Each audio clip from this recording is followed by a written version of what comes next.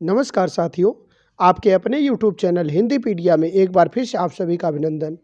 आज की प्रश्नोत्तरी में बात करने वाले हैं भारतीय काव्यशास्त्र से महत्वपूर्ण प्रश्नों के बारे में। आज के इस प्रश्नोत्तरी में 30 महत्वपूर्ण प्रश्नों को लेकर उपस्थित हुए हैं। आइए आज के पहले प्रश्न पर चलते हैं।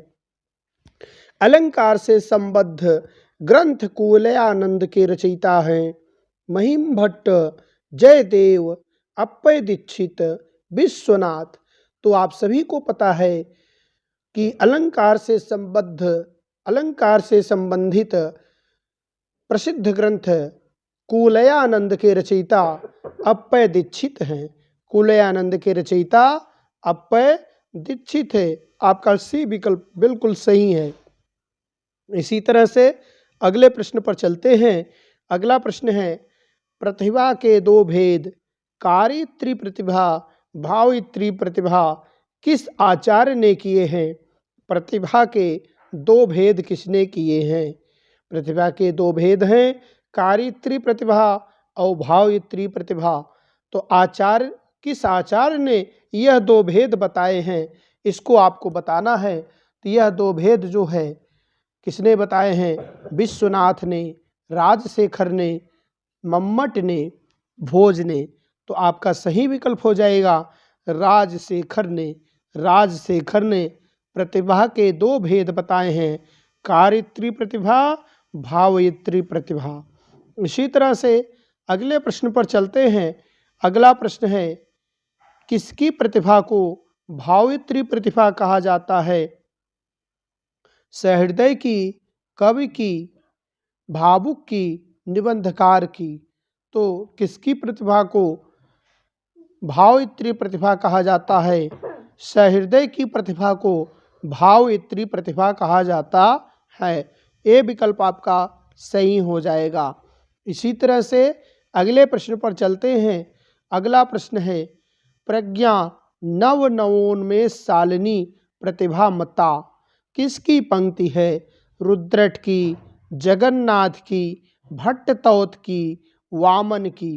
तो यहाँ पर 4 विकल्प दिए गए हैं, जिसमें से सही विकल्प आपका है सी, भट्टतौत। सी विकल्प आपका सही है, भट्टतौत।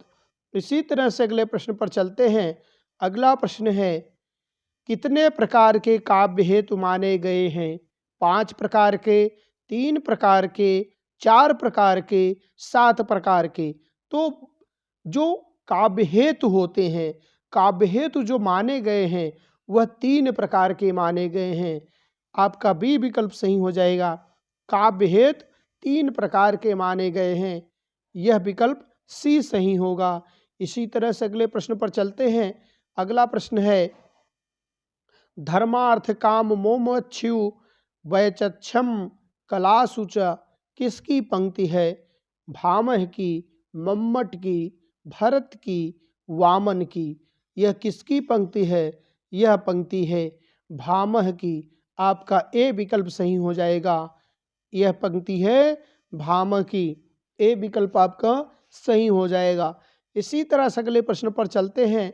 अगला प्रश्न है काव्यम यशेषकृतम व्यवहार विदे शिवतर छत्तये सहृदय पर निवृत्तये कांता सम्मितत योपदेशे युजे। काव्य प्रयोजन में उक्त परिभाषा किसकी है? काव्य प्रयोजन में उक्त परिभाषा किसकी है? तो यहाँ पर 4 विकल्प दिए गए हैं भामह, कुंतक, मम्मट, जगन्नाथ। तो आपका सही विकल्प हो जाएगा मम्मट। सी विकल्प आपका सही होगा, मम्मट। इसी तरह से अगले प्रश्न पर चलते हैं। अगला प्रश्न है शब्द शक्ति के मूलतः कितने भेद माने गए हैं? 1 भेद, 4 भेद, 5 भेद, 3 भेद। आपको सभी को पता है शब्द शक्ति के 3 भेद माने गए हैं। कौन कौन से भेद हैं? अभिधा, लक्षणा और व्यंजना। इसी तरह से अगले प्रश्न पर चलते हैं। अगला प्रश्न है जब प्रसिद्ध अर्थ अथवा साक्षात संकेतित अर्थबोध के मूल कारण उपलब्ध हों तब कौन सी शब्द शक्ति होती है? लक्षणा, अभिधा, व्यंजना, तात्पर्य अर्थात तात्पर्य वृत्ति। तो यहाँ पर सही विकल्प आपका क्या हो जाएगा? यह प्रश्न बहुत ही महत्वपूर्ण है। टीजीटी, यह प्रश्न जो है टीजीटी परीक्षा में पूछा गया है। टीजीटी 2009 में, टीजीटी 9 में पूछा गया है। तो यह प्रश्न आया हुआ है। इस तरह से कई प्रश्न ऐसे हैं जो परीक्षाओं में पूछे भी गए हैं, अब पूछे जा सकते हैं। इस तरह से आप एक एक प्रश्नों को मेरे साथ पढ़ते रहिए, आपका सफल होना निश्चित है, तय है। लक्षणा, अभिधा, व्यंजना, तात्पर्य, इस तरह से जब प्रसिद्ध अर्थ अथवा साक्षात संकेतित अर्थबोध के मूल कारण उपलब्ध हों तब कौन सी शब्द शक्ति होती है? तो आपका सही विकल्प हो जाएगा अभिधा। आपका सही विकल्प हो जाएगा अभिधा। तो यहाँ बी विकल्प आपका सही हो रहा है। इसी तरह से अगले प्रश्न पर चलते हैं। अगला प्रश्न है, जहाँ मुख्यार्थ की बाधा होने पर रूढ़ि अथवा प्रयोजन के कारण मुख्यार्थ से संबद्ध अन्य अर्थ लक्षित हो, वहाँ शब्द शक्ति होती है। जहाँ मुख्यार्थ बाधित होता है और मुख्यार्थ से संबद्ध अन्य अर्थ लक्षित हो, वहाँ शब्द शक्ति होती है लक्षणा। वहाँ शब्द शक्ति क्या होती है? लक्षणा।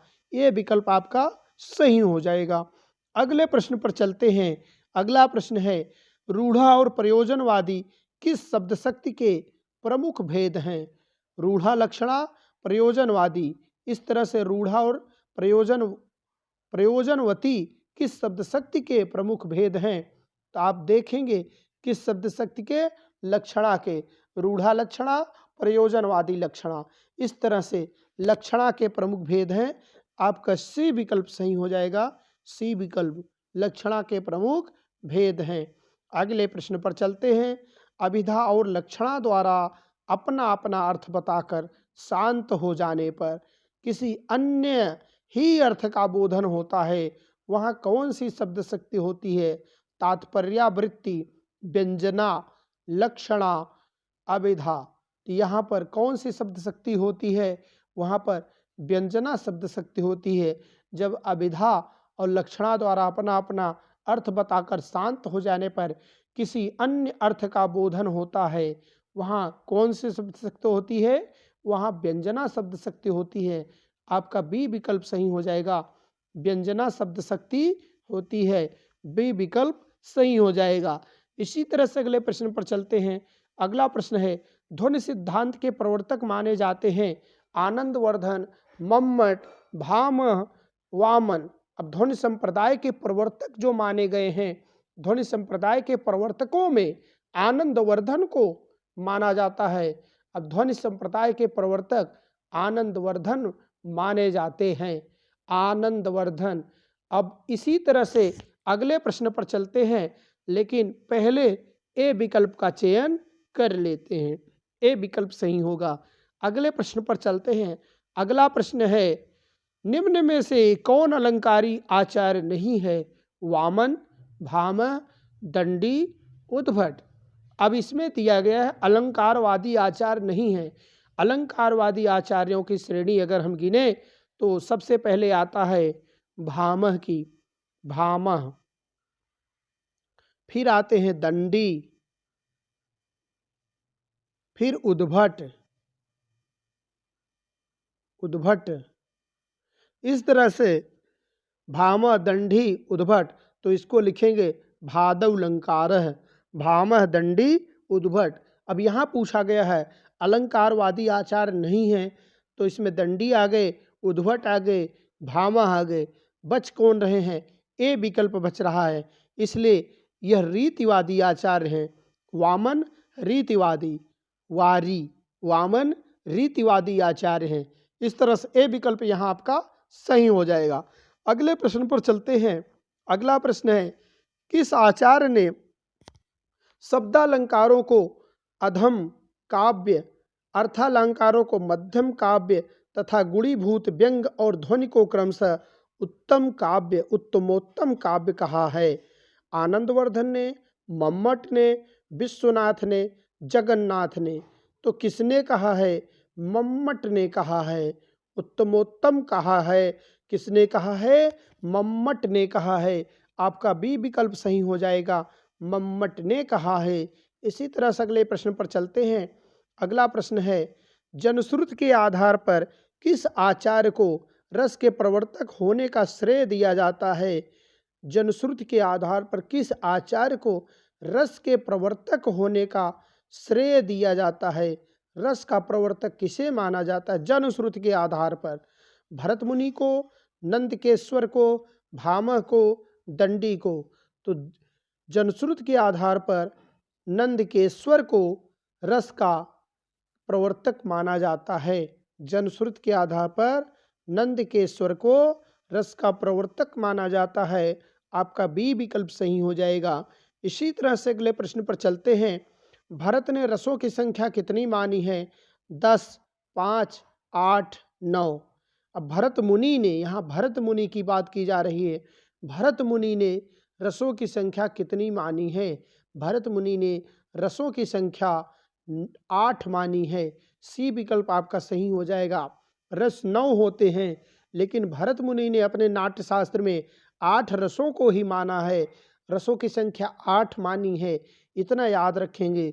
यह प्रश्न भी बहुत पूछा जाता है, क्योंकि हम जब भी पढ़ते हैं रसों की संख्या तो रस 9 पढ़ते हैं, और भरत ने 8 माने हैं, तो हमें लगता है 9 रस माने होंगे, और हम वहाँ विकल्प गलत करके चले आते हैं।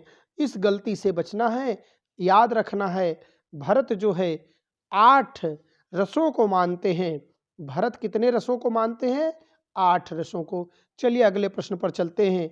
अगला प्रश्न है, विभावानुभाव व्यभिचारी संयोगाद रस निष्पत्ति। रस निष्पत्ति के संबंध में उक्त प्रख्यात कथन किसका है? अब रस निष्पत्ति के संबंध में उक्त प्रख्यात कथन किसका है? नंदकेश्वर का, भरत का, आनंदवर्धन का, भोज का? अब इस तरह से यहाँ पर जो सही विकल्प है, यहाँ पर यह कथन जो है नाट्यशास्त्र से लिया गया है, और यह कथन भरत मुनि का है। तो आप बी विकल्प सही कर सकते हैं, भरत का। अगले प्रश्न पर चलते हैं। अगला प्रश्न है, सहृदय के अंतःकरण में जो मनोविकार वासना रूप में सदा विद्यमान रहते हैं तथा जिन्हें कोई भी अवरुद्ध भाव दबा नहीं सकता है, उन्हें कहते हैं। अब इस तरह से उन्हें क्या कहते हैं? स्थायी भाव कहते हैं, विभाव कहते हैं, व्यभिचारी भाव कहते हैं, अनुभाव कहते हैं। तो यहाँ पर सही विकल्प आपका क्या होगा? उन्हें क्या कहते हैं? सहृदय के अंतःकरण में, सहृदय के अंतःकरण में उन्हें क्या कहते हैं? उन्हें संचारी भाव कहते, उन्हें स्थायी भाव कहते हैं। उन्हें क्या कहते हैं? उन्हें स्थायी भाव कहते हैं। आपका ए विकल्प सही हो जाएगा, स्थायी भाव कहते हैं। ए विकल्प सही हो जाएगा। अगले प्रश्न पर चलते हैं। अगला प्रश्न है, सामान्यतः स्थायी भावों की संख्या कितनी मानी गई है? सामान्यतः स्थायी भावों की संख्या कितनी मानी गई है? अब रस कितने हैं, उतने ही स्थायी भाव होंगे। तो सामान्यतः आप देखें, यहाँ 9 दिया गया है, 9 दिया गया है, 8 दिया गया है, 4 दिया गया है, 6 दिया गया है। सामान्यतः रस कितने माने गए हैं? 9। तो स्थायी भाव कितने होने चाहिए? 9। आपका ए विकल्प बिल्कुल सही हो जाएगा। ए विकल्प आपका बिल्कुल भी सही हो जाएगा। अगले प्रश्न पर चलते हैं। अगला प्रश्न है, विभत्स रस का स्थायी भाव है। विभत्स रस का स्थायी भाव। अब रस का स्थायी भाव क्या है? विस्मय है, जुगुस्सा है, निर्वेद है, शोक है। आपको रस भी याद करने हैं और स्थायी भाव भी याद करने हैं। तो रस इस तरह से याद कर सकते हैं कि विभावानुभाव व्यभिचारी संयोगात रस निष्पत्ति। तो रस जो है शोक, करुण, रौद्र, श्रृंगार, हास्य, रौद्र, करुण, वीर, भयानका। श्रृंगार, हास्य, रौद्र, करुण, वीर, भयानका। विभत्साद्भुत शांतश्च काव्ये 9 रसा। अब इस तरह से 9 रस को याद कर सकते हैं, तो स्थायी भाव भी 9 हो जाएंगे। और 9 स्थायी भाव में विभत्स रस का स्थायी भाव पूछा गया है। तो विभत्स रस का स्थायी भाव जुगुस्सा या घृणा होता है, जुगुस्सा या घृणा होता है। और निर्वेद, सम, इस तरह से अलग अलग रसें, आश्चर्य, विस्मय, उत्साह, इस तरह से हैं। शोक, दुख, शोक, इस तरह से। तो आप यहाँ पूछा गया विभत्स रस का स्थायी भाव, तो विभत्स रस का स्थायी भाव जुगुत्सा है। चलिए अगले प्रश्न पर चलते हैं। अगला प्रश्न है, रस निष्पत्ति के प्रथम व्याख्याकार कौन है? रस निष्पत्ति के प्रथम व्याख्याकार। अब रस निष्पत्ति के व्याख्याकार पूछा गया है श्री शंकुक, भट्टनायक, भट्टलोल्लट, अभिनवगुप्त। तो यहाँ रस निष्पत्ति जो कही गई है, रस निष्पत्ति के लिए सूत्र है भलो सनाभि, भलो सनाभि। तो आप सबसे पहले भ लिखेंगे, भट्ट, भट्ट सबके आगे लगता है, भट्टनायक, भट्टलोल्लट, भट्ट शंकुक, इस तरह से जो लगते हैं तो आप भट्ट लिख लेंगे। तो भलो, भट्ट लिखने के बाद आपको लिखना है लोल्लट। तो क्या हो गया? भट्ट लोल्लट। तो पहले आचार्य कौन हो गए? भट्ट लोल्लट। पहले आचार्य कौन हो गए? भट्ट लोल्लट। तो आपका सही विकल्प हो गया सी, भट्ट लोल्लट। आपका सही विकल्प हो गया भट्ट लोल्लट, सी विकल्प सही हो गया।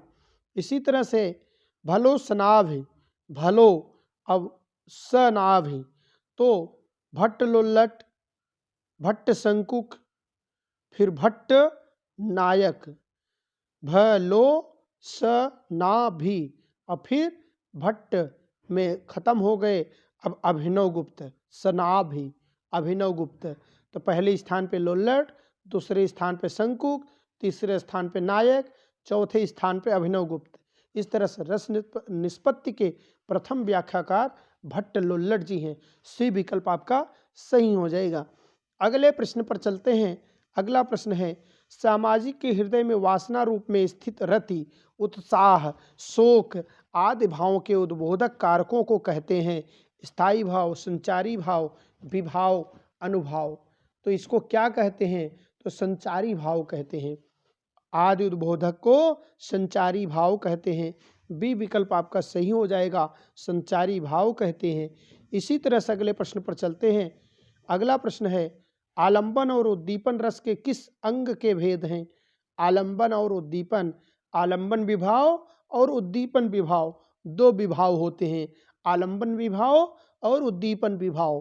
तो यहाँ जो दो विभाव होते हैं वह विभाव कहलाते हैं। तो आपका डी विकल्प सही हो जाएगा। आलंबन और उद्दीपन विभाव के दो भेद हैं।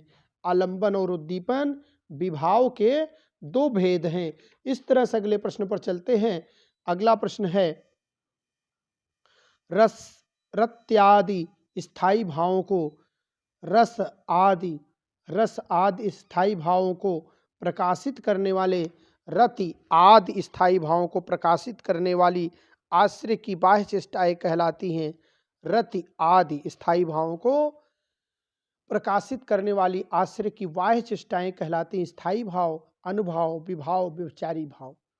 यह प्रश्न बहुत ही महत्वपूर्ण है। तो रत्यादि स्थायी भावों को प्रकाशित करने वाले आश्रय की बाह्य चेष्टाएं अनुभाव कहलाती हैं। तो आपका बी विकल्प सही हो जाएगा, अनुभाव कहलाती हैं। यहाँ पर बी विकल्प सही हो जाएगा। अगले प्रश्न पर चलते हैं। अगला प्रश्न है, अनुभाव के कितने भेद माने गए हैं? अनुभाव के कितने भेद माने गए हैं? 4, 3, 5, 1। अब सही विकल्प आपको बताना है। अनुभाव को कायिक, मानसिक, सात्विक और आहार, 4 भेद माने गए हैं। कायिक, मानसिक, सात्विक और आहार, इस तरह से 4 भेद माने गए हैं। अनुभाव के 4 भेद माने गए हैं। चलिए अगले प्रश्न पर चलते हैं। अगला प्रश्न है, सात्विक अनुभाव कितने प्रकार के माने गए हैं? 10, 2, 8, 3। सात्विक अनुभाव कितने प्रकार के माने गए हैं? सात्विक अनुभाव 8 प्रकार के माने गए हैं। आपका सी विकल्प सही हो जाएगा। 8 प्रकार के सात्विक अनुभाव माने गए हैं। इसी तरह से अगले प्रश्न पर चलते हैं। अगला प्रश्न है, अस्थिर मनोविकार अथवा चित्रवृत्तियां क्या कहलाती हैं? अनुभाव कहलाती हैं, संचारी भाव कहलाती हैं, स्थायी भाव कहलाती हैं, काव्य हेतु कहलाती हैं। अस्थिर मनोविकार अथवा चित्रवृत्तियां क्या कहलाती हैं? अस्थिर मनोविकार अथवा चित्रवृत्तियां क्या कहलाती हैं? तो आपको ध्यान से देखना है। अनुभाव कहलाती हैं, संचारी भाव कहलाती हैं, स्थायी भाव कहलाती हैं, काव्य हेतु कहलाती हैं। तो सही विकल्प आपका हो जाएगा संचारी भाव कहलाती हैं, संचारी भाव कहलाती हैं। बी विकल्प आपका सही हो जाएगा, बी विकल्प सही हो जाएगा। अगले प्रश्न पर चलते हैं। अगला प्रश्न है व्यभिचारी भावों की संख्या सामान्यतः कितनी मानी गई है? संचारी भाव अथवा व्यभिचारी भावों की संख्या सामान्यतः कितनी मानी गई है? 33, 50, 10, 5। 33, 50, 10, 5। अब यहाँ पर जो 33, 50 और 10 और 5 मानी गई हैं व्यभिचारी भावों की संख्या, तो 33 मानी गई हैं, 33 मानी गई, सामान्य रूप से 33 मानी गई हैं। लेकिन 34वां संचारी भाव भी माना गया है, 34वां व्यभिचारी भाव भी माना गया है, जिसे आचार्य देव ने माना है। छल नामक संचारी भाव को 34वां संचारी भाव माना है। इसी तरह से अगले प्रश्न पर चलते हैं। अगला प्रश्न है रस का भोक्ता वास्तविक रसाद एवं नट को किसने माना है? रस का भोक्ता वास्तविक रसाद एवं नट को किसने माना है? भट्ट नायक ने, भट्ट लोल्लट ने, अभिनव गुप्त ने, श्री शंकुक ने। तो यहाँ पर सही विकल्प है भट्ट लोल्लट ने। आपका बी विकल्प सही हो जाएगा, बी विकल्प सही हो जाएगा। इसी तरह से आज की प्रश्नोत्तरी यही समाप्त करते हैं। प्रश्नोत्तरी आपको अच्छी लगी है तो चैनल को सब्सक्राइब करें, दोस्तों में अधिक से अधिक शेयर करें वीडियो को, और वीडियो को लाइक करें। इसी तरह से हम प्रश्नोत्तरी आपको देते रहेंगे। कमेंट करके आप हमें बता सकते हैं किस परीक्षा की तैयारी के लिए आपको प्रश्नोत्तरी चाहिए, किस विषय पर चाहिए। महत्वपूर्ण प्रश्नों के साथ फिर से उपस्थित होंगे। आपसे अनुमति चाहते हैं। धन्यवाद। जय हिंद, जय भारत।